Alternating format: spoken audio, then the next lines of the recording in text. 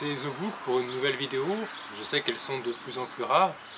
C'est un petit peu de la faute au temps, puisque faire des vidéos à l'extérieur quand il pleut sans arrêt, bon, c'est vraiment compliqué. Alors, il y a à peu près 2 mois, j'ai coupé donc, à la machette donc, le noisetier qui est donc, sur la pelouse, et je me suis dit qu'un jour, peut-être ça pourrait me servir. Alors je les ai conservés, j'ai conservé donc ces longues tiges. J'ai eu l'idée finalement de m'en servir pour fabriquer quelque chose. Alors pour fabriquer quoi? Eh bien un arc de survie.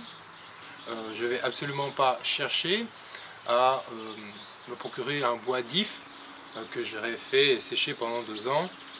Je ne vais pas me servir d'outils de menuisier pour raboter, pour quoi que ce soit. Je ne vais pas chercher vraiment quelque chose de très efficace, mais simplement avec le minimum de choses pour pouvoir faire un arc de fortune, me servant soit à chasser, soit à me défendre, ou même à attaquer. Alors, qu'est-ce qu'on a toujours sur soi? Imaginons que je n'ai absolument rien. Une des modes dans le survivalisme, c'est d'avoir un bracelet qui permet d'avoir une réserve de cordes. Et cette réserve de cordes, très peu sont les personnes qui s'en servent. Il y a aussi la possibilité de mettre cette paracorde à la place des lacets dans des chaussures ou dans des bottes. Alors là, ce que je vais faire, c'est que je vais sacrifier donc mon bracelet, je vais le démonter. Et cette longueur de corde va-t-elle me suffire, je ne sais pas, pour fabriquer un arc. Un arc donc avec des branches de noisetier, un couteau et mon bracelet. Je n'ai rien d'autre, il faut que je me débrouille avec ça. Bon, écoutez, si jamais le résultat n'est pas trop ridicule, vous verrez cette vidéo. Sinon, en quel cas, ça passera à la corbeille.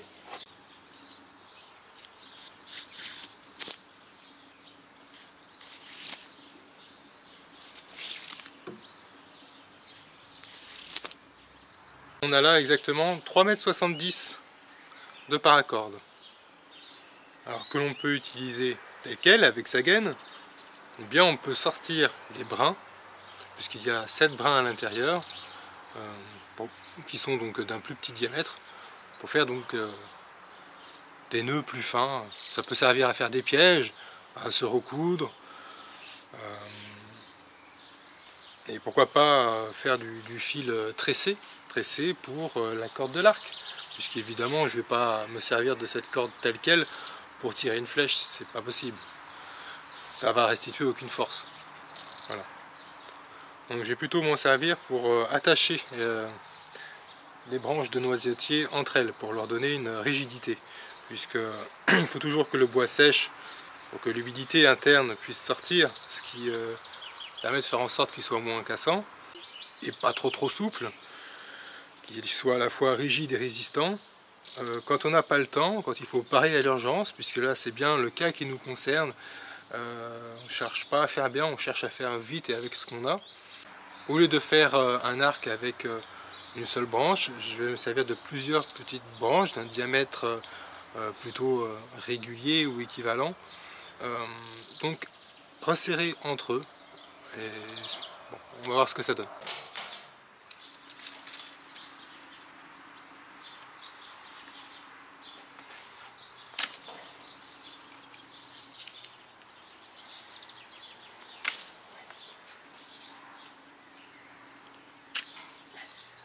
J'ai conservé 6 branches de noisetier, donc 3 pour le haut, 3 pour le bas. Alors, tout simplement, la partie dont le diamètre est le plus important, donc qui était à la base de la plante, donc, sera située au niveau donc, de la poignée de l'arc, et donc les parties les plus fines, donc rassemblées entre elles, donc vers le haut, donc la même chose pour le bas. Voilà, donc finalement j'ai décidé donc d'enlever l'écorce de mes branches de noisetier, tout simplement parce que je pense que ça permettra davantage à l'eau à l'intérieur de pouvoir s'évaporer. Voilà, donc c'est une réflexion, Il faut dire que je n'ai jamais vu de vidéo, que ce soit française ou étrangère, sur YouTube ou ailleurs, sur le sujet, comment faire cet arc. Voilà, donc il faut réfléchir à la chose pour tous les détails. Certains, notamment les jeunes, auront compris d'où vient mon inspiration. Vous pouvez le mettre en commentaire si vous le souhaitez. Voilà. Et ça me permet aussi de rattraper un petit peu les différences de diamètre pour avoir quelque chose d'un petit peu plus équilibré au niveau de la base jusqu'à la pointe. Voilà, vraiment bien, je sais que c'est pas le mot, mais j'allais dire ébavurer les nœuds. Voilà, pour qu'il n'y ait vraiment rien qui dépasse, puisque ça c'est un point de faiblesse. Voilà.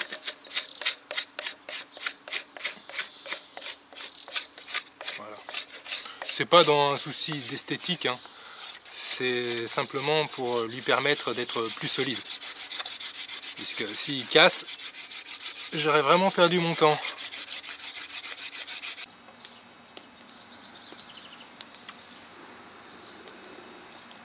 J'imagine déjà les commentaires. Oui, il fait un feu dans un barbecue, il parle d'un survivaliste. Bon, après, je vais faire la cuisine dedans. C'est pas toujours évident de trouver le temps pour tout et pour tout le monde.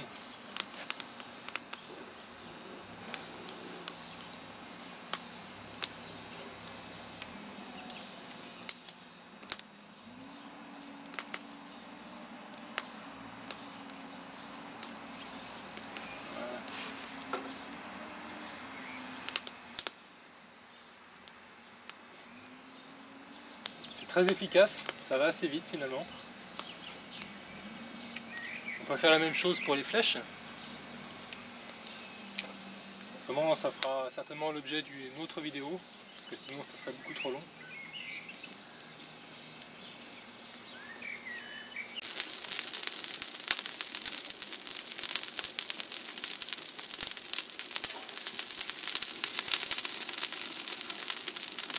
Les enfants, ne faites pas ça chez vous.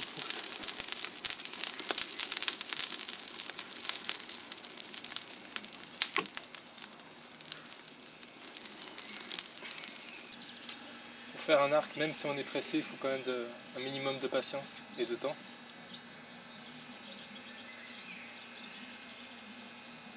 Ceux qui pensent qu'il suffit de couper une branche de hêtre, de la tailler grossièrement, lui mettre une corde, et tirer une flèche, c'est qu'ils n'ont jamais essayé.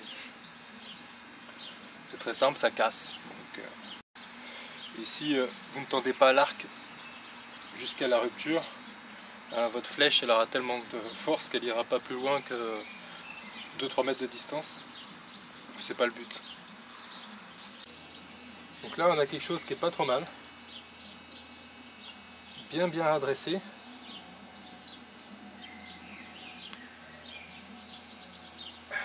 Avec l'eau qui s'évapore petit à petit. Là, on a quelque chose de franchement pas parfait, mais bien rattrapé. Pourquoi j'ai choisi le noisetier? C'est pas terrible comme bois, ça a l'avantage de pousser un peu partout. Pour ceux qui ne le connaissent pas encore, voilà ses feuilles. Donc c'est des feuilles qui sont plutôt rondes, voilà, et qui donnent les fameuses noisettes en été. Et ça pousse à peu près droit. Ça a aussi une autre utilité. Là on parle de quelque chose de complètement anecdotique. Donc il suffit de couper une branche en V, comme ça. Vous mettez debout, vous marchez, vous la mettez sous tension. Voilà, prenez aux extrémités, vous fermez les poings. Et puis, donc quand on cherche de l'eau, quand on arrive à un endroit où il y a de l'eau en mouvement sous nos pieds, et donc la baguette bouge dans un sens ou dans l'autre. Alors ça n'a rien de mystérieux, de mystique, ésotérique ou quoi que ce soit. C'est simplement que l'eau est chargée de minéraux, de cuivre, de zinc, etc. Donc ces particules ferreuses en mouvement, donc, qui se frottent contre les roches qu'elles rencontrent, créent donc un champ magnétique naturel ce champ magnétique, il est, comment dire, il est capté, on va dire, par le fer qu'il y a dans notre propre sang. Notre sang est rouge parce qu'il est chargé de fer essentiellement. Et donc ce sang, dans nos muscles, sous tension, va réagir à ce champ magnétique. Donc il suffit d'être très détendu, il n'y a pas besoin d'être quelqu'un d'extrêmement sensible ou quoi que ce soit. Donc ce champ magnétique influence donc le sang qu'il y a dans nos muscles, ça va créer une micro-contraction.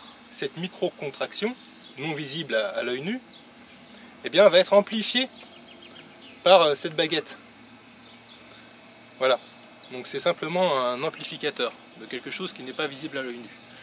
Voilà, c'est rien de mystérieux, ça fonctionne très très bien, ça m'a été enseigné par mon grand-père quand j'étais gamin. Ça lui a été enseigné par un ami qui faisait ça pour manger, c'était son métier. Quand on cherche de l'eau pour nourrir les bêtes, donc les vaches, et il ne faut pas se louper parce que creuser un puits, ça demande du matériel, un forage. Donc même si au départ, avec la végétation, on sait grosso modo où il devrait y avoir de l'eau, ça permet d'affiner et de pouvoir cibler plus précisément l'endroit où l'eau passe. Bon, aujourd'hui, il y en a qui continuent encore à le faire avec des baguettes en métal perpendiculaires. Ils avancent comme ça et les baguettes se croisent. Bon, voilà, donc c'est quelque chose qui marche réellement depuis l'Antiquité. Ça sert à trouver de l'eau. Voilà, ça peut être utile pour un survivaliste. Voilà, bon, c'était la petite anecdote. Je retourne au travail. Une petite astuce. Donc, en fait, j'ai fait l'erreur de le faire en 2 fois. Il m'arrive parfois de faire des vidéos en plusieurs fois, plusieurs étapes. Ça a très bien fonctionné, le fait d'enlever l'écorce pour la sécher. Ce qui fait que l'autre moitié, quand j'ai voulu la chauffer, la redresser, ça a cassé. Donc ce qui permet de garder le bois souple, c'est la cellulose. C'est vrai qu'elle reste souple tant qu'il y a de l'humidité à l'intérieur. À partir du moment où on a enlevé cette écorce et que pendant une nuit ça a séché, la cellulose est trop dure, ce qui fait que ça casse quand vous pliez sur les nœuds. Donc ça prend du temps, il faut recommencer, c'est la première fois que je le fais. Et c'est là où on se rend compte que la première qualité d'un survivaliste, c'est la persévérance. Vous pouvez être intelligent, avoir des idées, à partir du moment où vous êtes feignant, vous ne donnez pas suffisamment de peine, cette intelligence elle ne sert à rien. Donc vraiment, pour moi, la qualité, s'il fallait en choisir une, c'est la persévérance, l'obstination, jamais abandonner, continuer, recommencer sans arrêt. Je pense que si vous n'avez pas ça, c'est mort. Donc une chose très importante, avant de relier les deux parties ensemble, donc avoir exactement la même longueur ici et là. Je vais maintenir ces deux parties très solidement entre elles. La partie flexible sera évidemment les trois brins de chaque côté.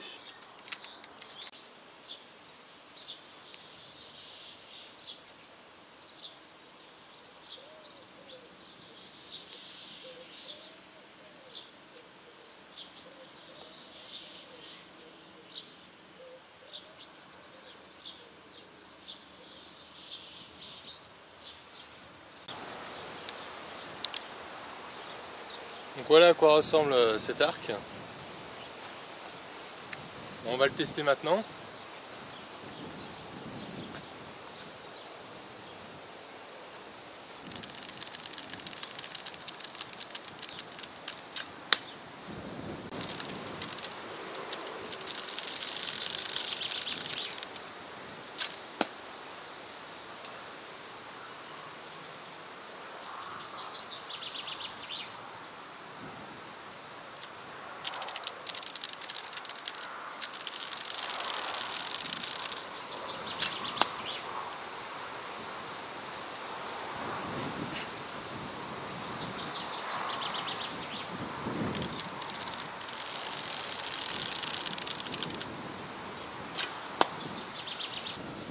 Voilà, donc l'arc terminé, testé.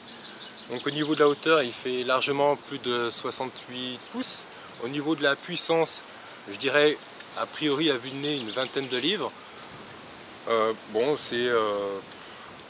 disons que c'est un minimum pour pouvoir chasser. Il faut que la flèche ait suffisamment d'impact et de puissance pour pouvoir rentrer ou transpercer un animal.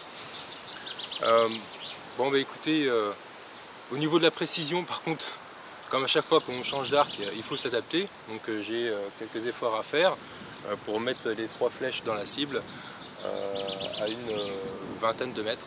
Bon.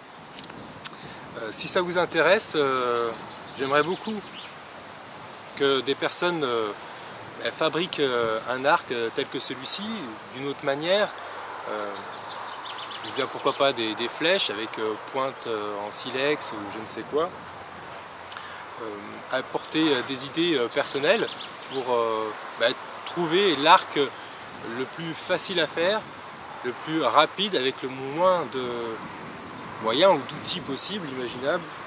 Donc toutes les idées sont bonnes à prendre si vous en avez, donc faites une vidéo et envoyez-la moi pour l'attacher à celle-ci et je le ferai avec grand plaisir.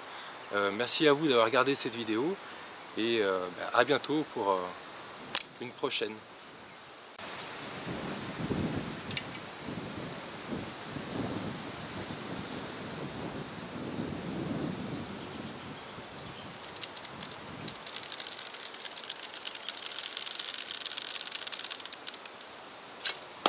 Yes!